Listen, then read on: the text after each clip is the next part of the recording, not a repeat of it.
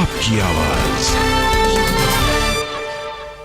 नमस्कार, आप देख रहे हैं इंडिया टीवी। आपके साथ मैं हूं मीनाक्षी जोशी। LAC पर जारी टेंशन के बीच आज चीन समेत पूरी दुनिया हिंदुस्तान की आसमानी ताकत देख रही है। इस वक्त इंडियन एयरबेस पर 88वें एयरफोर्स डे की फुल ड्रेस रिहर्सल चल रही है। आज तो चीन इंडियन एयरफोर्स की ताकत की सिर्फ झांकी भर देख रहा है और असल शक्ति प्रदर्शन 8 अक्टूबर को होगा। इस वक्त हमारे सहयोगी मनीष प्रसाद इंडियन एयरबेस से ही जुड़े हुए हैं। हम सीधा उनका रुख करते हैं। मनीष, इन तस्वीरों को बताएं, हिंदुस्तान की ताकत को दर्शकों तक पहुंचाएं। देखिए, सबसे पहले हम आपको तस्वीरें दिखा दें, बता दें कि ये देश के लिए गौरवान्वित करने वाला पल है, जहां पे कॉम्बैट एयर पेट्रोल और एयर सुपीरियरिटी के जरिए लाइन ऑफ एक्चुअल कंट्रोल पर इस समय भारतीय वायुसेना ने लगातार चाइनीज PLA को पीछे खदेड़ रखा है। तस्वीरों में ये सूर्य किरण एक्रोबैटिक टीम है और ट्रेनर एयरक्राफ्ट है। इसी पर जो फाइटर पायलट है उनको ट्रेन किया जाता है वाला पल है, जहां पे कॉम्बैट एयर पेट्रोल और एयर सुपीरियरिटी के जरिए लाइन ऑफ एक्चुअल कंट्रोल पर इस समय भारतीय वायुसेना ने लगातार चाइनीज PLA को पीछे खदेड़ रखा है। तस्वीरों में ये सूर्य किरण एक्रोबैटिक टीम है, हॉक ट्रेनर एयरक्राफ्ट है। इसी पर जो फाइटर पायलट्स हैं उनको ट्रेन किया जाता है और सामने नीचे की तरफ Su-30 फाइटर एयरक्राफ्ट आपको स्टैटिक डिस्प्ले में दिखाई देगा। दरअसल इसको कॉम्बैट एयर पेट्रोल के तौर पर Su-30 फाइटर एयरक्राफ्ट को यहाँ पर डिप्लॉय किया है। उसके साथ ही एयर डिफेंस मैकेनिज्म के लिए, यानी चाइनीज PLA की एयरफोर्स की हर एक हरकत को देखने के लिए रोहिणी रडार्स को लगाया गया है। उसके साथ जैगुआर्स हैं। जैगुआर्स इस समय लाइन ऑफ एक्चुअल कंट्रोल के साथ साथ जो लाइन ऑफ कंट्रोल है वहां पर एयर डोमिनेंस के रोल में है। और ये सूर्य किरण एक्रोबैटिक टीम एक बार फिर से अपनी पूरी फॉर्मेशन के साथ यहां पर एयर डोमिनेंस और एक कैपेबिलिटी दिखाते हुए, लेकिन जिसका इंतजार था सबसे ज्यादा जरूरी लाइट कॉम्बैट एयरक्राफ्ट तेजस के साथ साथ उसको कॉम्प्लीमेंट करता हुआ रफाल फाइटर एयरक्राफ्ट आने वाले दिनों में 83 यानी 83 और LCA तेजस भारतीय वायुसेना के बेड़े में शामिल होंगे और इसीलिए इसकी पूरी तैयारी की गई है। सामने स्टैटिक डिस्प्ले में LCA तेजस, जो कि DRDO मेक इन इंडिया के द्वारा तैयार किया गया है, HAL ने इसे बनाया है और यहां पर है। दरअसल एयर सुपीरियरिटी के लिए इस समय लाइन ऑफ एक्चुअल कंट्रोल के हालात को देखते हुए तेजस को डिप्लॉय किया गया है। साथ में है Rafale 4.5 generation omni role fighter aircraft, जिसका लोहा दुश्मनों ने हर बार माना है। और हम आपको ये भी बता दें कि दरअसल इसी वजह से गोल्डन एरो स्क्वाड्रन, जिसे अंबाला में स्टेशन किया गया है अक्टूबर महीने में 3 से 4 की संख्या में, और जो रफाल फाइटर एयरक्राफ्ट है वो आएंगे। और ये रफाल, जिसका टेल नंबर BS001 है, ये farmer air chief BS Dhanoa के नाम पर इसको रखा गया था। और अब जो ये सिंगल सीटर हैं, ट्विन सीटर जो हैं, वो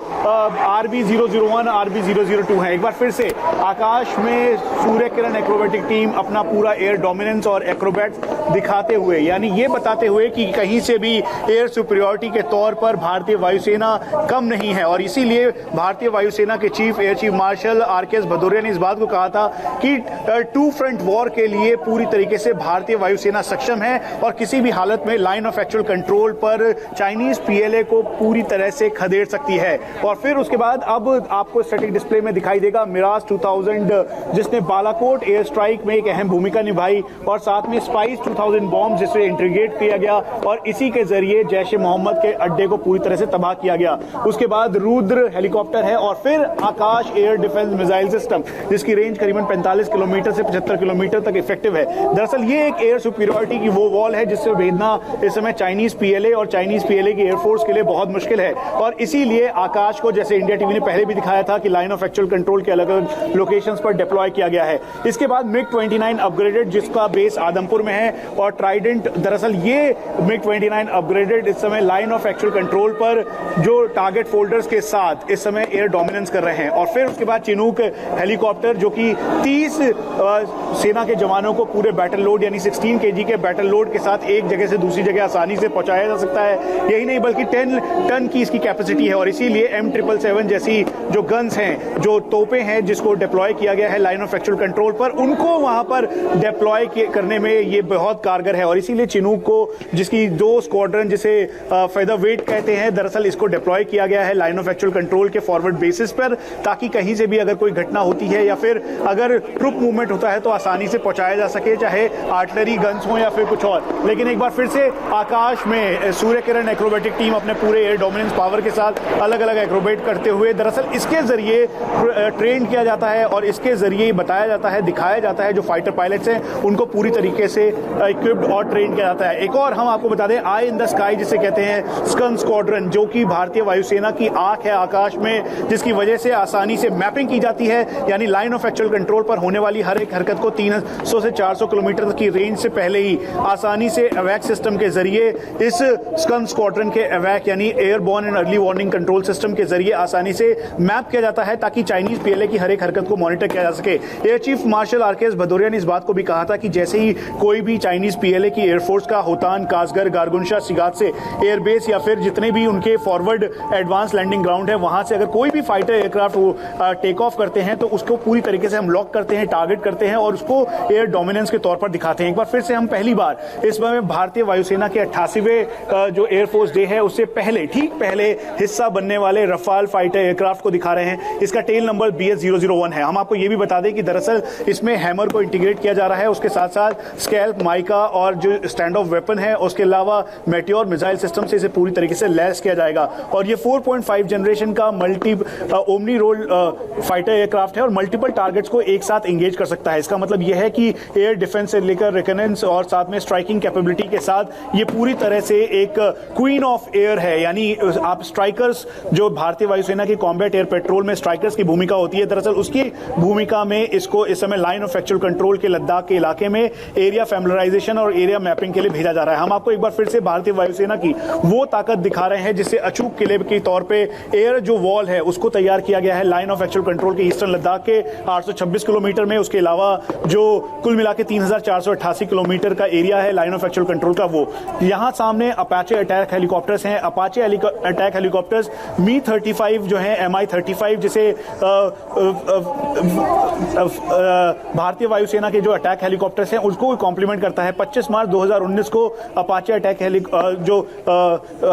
अटैक हेलीकॉप्टर्स को इसकी 2 स्क्वाड्रन इस समय भारतीय वायुसेना में है जो ग्लैडिएटर और वल्कैन के नाम से जानी जाती है और इस समय लाइन ऑफ एक्चुअल कंट्रोल के हालात को देखते हुए इसे फॉरवर्ड बेस पर तैनात किया गया है। हम आपको ये भी बता दें कि दरअसल अपाचे अटैक हेलीकॉप्टर्स के साथ इसको कॉम्प्लीमेंट करते हुए फायरबर्ड जो कि Mi-35 अटैक हेलीकॉप्टर्स हैं, दोनों कॉम्प्लीमेंट करते हैं और इसीलिए भारतीय वायुसेना के इस एयरफोर्स डे के रिहर्सल पे ये दिखाई दिया और इसकी भारतीय वायुसेना की शक्ति दिखाई दी। अब हम आपको दिखा रहे हैं ध्रुव हेलीकॉप्टर और ये सारंग टीम है, 3 सारंग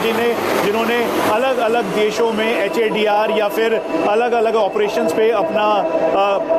लोहा मनवाया है। भारतीय वायुसेना का जो मोटो है touch the sky with glory, उसको दर्शाते हुए बताते हुए ये इस समय ठीक सामने हिंडन एयरबेस पे फ्लाई करते हुए ये advance light helicopter Sarang, team Sarang है। और टीम सारंग के बारे में हम आपको ये भी बता दें कि HADR हो, चाहे केरला उत्तराखंड के फ्लड हो या फिर जब जंगलों में आग लगी या लोगों को निकालने का काम हो, इवैक्यूएशन का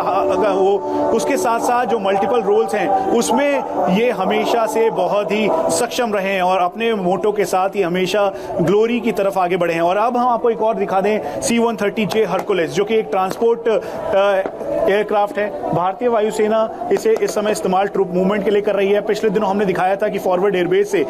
जो बड़े बड़े टैंक्स या फिर BMPs हैं उनको डिप्लॉय करने में इनकी बहुत ही अहम भूमिका रही थी। उसके अलावा ये पूरी लोडिंग कैपेसिटी इनकी जो है 45 से 75 टन तक की है और इसी के साथ ये हाई ऑल्टीट्यूड एरिया से लेकर किसी भी एरियाज में जाने के लिए बहुत ही सक्षम और कारगर है। दरअसल ये भारतीय वायुसेना की 30 स्क्वाड्रन की वो ताकत है जो दिखाता है, दर्शाता है। लेकिन एक बार फिर से हम आपको दिखा दें कि ये भारतीय वायुसेना के टीम सारंग हैं, ये ध्रुव हेलीकॉप्टर्स, ये टीम सारंग जिन्होंने अपने अलग अलग देश अंतर्राष्ट्रीय लेवल पे अलग ऑपरेशंस पे एक्रोबैट कर टीम सारंग ही नहीं बल्कि भारतीय वायुसेना का नाम रोशन किया है ताकि ये हर जगह एयर सुपीरियरिटी के रोल में हो सके। हम आपको ये भी बता दें कि जब बड़े ऑपरेशंस हुए तो उन समय भी इन्होंने बड़ी अहम भूमिका निभाई, खासतौर पे लाइन ऑफ कंट्रोल पर जहां पाकिस्तान को काउंटर करना था तो ट्रूप मूवमेंट के तौर पर जो पैरा कमांडोज हैं उनको डिप्लॉय करने के लिए इनकी बड़ी अहम भूमिका भूमिका रही थी। यही वजह है कि इस समय भारतीय वायुसेना की 30 स्क्वाड्रन जो है उसको अब आगे बढ़ाया जा रहा है और आने वाले दिनों में कुल मिला के 40 स्क्वाड्रन तक का जो मेन एरिया है, मेन जो 40 स्क्वाड्रन तक का जो रेंज है वो किया जाएगा। 40 स्क्वाड्रन भारतीय वायुसेना की बेड़े में शामिल होगी ताकि भारतीय वायुसेना और सक्षम हो सके। हम आपको एक बार फिर से बता दें कि एक तरफ जहां ये टीम सारंग इस समय अलग अलग जो डेमो है, मैनोवर है, वो करते हुए दिखाई दे रही है, उसके ठीक नीचे 300 यानी 300 स्क्वाड्रन का स्कंद स्क्वाड्रन जिसे कहते हैं उसका एवैक्स सिस्टम है। दरअसल ये भारतीय वायुसेना की वो एयर कैपेबिलिटी है जो कि इस समय इनोवेट, इंटीग्रेट, इंटीमेट यानी पूरी तरीके से मेक इन इंडिया के तहत अलग अलग दिशा में इसको हाईली इक्विप्ड मॉडर्न इक्विपमेंट्स के साथ इनको लैस किया गया है, उसके साथ इंटीग्रेटेड वेपन सिस्टम के साथ इंटीग्रेट किया गया है ताकि अगर चैलेंजेस कोई भी हो, चाहे लाइन ऑफ एक्चुअल कंट्रोल हो, लाइन ऑफ कंट्रोल हो, जैसा कि air chief marshal RKS Bhadauria ने कहा था कि दोनों मोर्चों पर पूरी तरीके से भारतीय वायुसेना तैयार है, तो इसे इंटीग्रेटेड तरीके से पूरी वेपन सिस्टम के साथ लैस किया गया है। और यही वजह है कि आने वाले समय में Su-30s को ब्रह्मोस के साथ इंटीग्रेट किया गया और इस समय टाइगर शार्क स्क्वाड्रन को भी लाइन ऑफ एक्चुअल कंट्रोल पर तैनात किया गया है। लेकिन एक बार फिर से तस्वीरों में हम आपको दिखा दें कि आकाश में ये टीम सारंग है जो कि पूरी तरीके से अपना मैनोवर दिखाते हुए, ये जो फॉग है दरअसल ये बताता है, दर्शाता है कि मैनोवर्स अलग अलग तरीके के चैलेंजेस को पार पाने की क्षमता के साथ इस समय ये टीम सारंग हर मोर्चों पर डिप्लॉयड है। हम आपको ये भी बता दें कि चंडीगढ़ से लेकर लद्दाख या फिर लाइन ऑफ कंट्रोल या इंटरनेशनल बॉर्डर पर HADR ऑपरेशंस के लिए बहुत ही इंपॉर्टेंट रहे हैं और कई अंतर्राष्ट्रीय लेवल पे जाके इन्होंने देश का, भारतीय वायुसेना का नाम रोशन किया है। दरअसल मैनोवर्स दिखाते हुए टीम सारंग की ये जो टीम हैं ये एक्रोबैट करते हुए या अलग अलग मैनोवर करते हुए, दर्शाते हुए ये दिखाई दे रही है। एक तरफ जहां ये इंटीग्रेटेड ऑपरेशंस के तौर पर भी इसकी एक बहुत ही महत्वपूर्ण भूमिका रही है। और तीसरा इंटीमिडेट जिसे हम कह रहे हैं कि जिस तरीके से air chief marshal RKS Bhadauria ने भी इस बात को कहा था कि हम किसी भी हालत में चाइनीज PLA की एयरफोर्स को टेक ऑन करने के लिए सक्षम है, तैयार है। हालांकि उनकी कैपेबिलिटी को नजरअंदाज नहीं किया जा सकता, चाहे उनके J-20 फाइटर एयरक्राफ्ट हों, चाहे उनके होतान, शिगासे, गारगुंसा, कासगर एयरबेस पे जो फाइटर एयरक्राफ्ट हैं, आर्म्ड UAV हैं, लेकिन उसके बावजूद भी भारतीय वायुसेना की क्षमता बहुत ज़्यादा है और यही वजह है कि हर जगह एयर कॉम्बैट ऑपरेशंस के हिसाब से ये पूरी क्षमता के साथ हर जगह, हर मोर्चे पर, दोनों फ्रंट पर तैनात है और ये दर्शाता है भारतीय वायुसेना की क्षमता। हम आपको एक बार फिर से दिखा दें कि रोहिणी रडार्स हैं। दरअसल रोहिणी रडार्स को इसलिए डिप्लॉय किया गया है कि अगर एरियल थ्रेट कहीं से भी हो, कुछ भी एरियल थ्रेट हो, तो उसे तुरंत लोकेट किया जा सके, एंगेज किया जा सके और इसी जो रडार सिस्टम है इसके जरिए पूरी तरीके से मॉनिटरिंग करते हुए जो दुश्मन का एरियल थ्रेट है वो आकाश मिसाइल के द्वारा एंगेज किया जा सके। एक तरफ जहां एरियल थ्रेट को रडार के द्वारा डिटेक्ट करने की क्षमता वाला रोहिणी रडार है, तो वहीं दूसरी तरफ एक बार फिर से टीम सारंग अलग अलग एक्रोबेट करते हुए, और ये है इनका मनोवर। और हम आपको बता दें चाहे दुबई हो या अलग अलग कंट्रीज US तक इन्होंने कई बार अपने टीम सारंग के जो अलग अलग जो मैनोवर्स हैं वो उन्होंने किए हैं। हम आपको एक बार फिर से बता दें कि ये बताना इसलिए बहुत ज़रूरी है क्योंकि 88वां एयरफोर्स डे की ये रिहर्सल है और इससे पहले यानी 8 तारीख को, 8 अक्टूबर को जो एयरफोर्स डे मनाया जाएगा उससे ठीक पहले ये पहला मौका होगा कि कुल मिला के 56 एयरक्राफ्ट इसमें हिस्सा ले रहे हैं और उसमें रफाल पहली बार इसमें 2 फॉर्मेशंस में, विजय फॉर्मेशन और साथ में ट्रांसफॉर्मर फॉर्मेशन में लो लेवल फ्लाइंग करेगा। विजय फॉर्मेशन में जो रफाल है, रफाल के साथ रफाल के साथ मिराज 2000 होंगे और साथ में उसके साथ साथ जैगवार्स होंगे और ये 5 की फॉर्मेशन में विजय फॉर्मेशन करते हुए इनको लीड करेगा रफाल फाइटर एयरक्राफ्ट और इसी के जरिए ये दर्शाएगा देश की सुपीरियरिटी और एयर पावर। उसके अलावा बहादुर फॉर्मेशन है जो कि MiG-29 अपग्रेडेड, MiG-21 बाइसन और इनकी होगी। उसके साथ साथ हम आपको ये भी बता दें कि दरअसल जो मेन रोल है जो इस समय कॉम्बैट एयर पेट्रोल के तौर पर लाइन ऑफ एक्चुअल कंट्रोल के हालात को देखते हुए वो Su-30 फाइटर। और हम आपको ये भी बता दें कि इससे पहले कि हम आपको एक बार फिर से भारतीय वायुसेना की ताकत के बारे में बताएं, अब समय है ब्रेक का। ब्रेक के बाद हम आपको फिर से दिखाएंगे भारतीय वायुसेना की एयर सुपीरियरिटी और एयर डोमिनेंस पावर, जिसका लोहा इस समय 2 फ्रंट वॉर के सिनेरियो में लाइन ऑफ एक्चुअल कंट्रोल भी मान रहा है, यानी चीन भी मान रहा है और पाकिस्तान भी।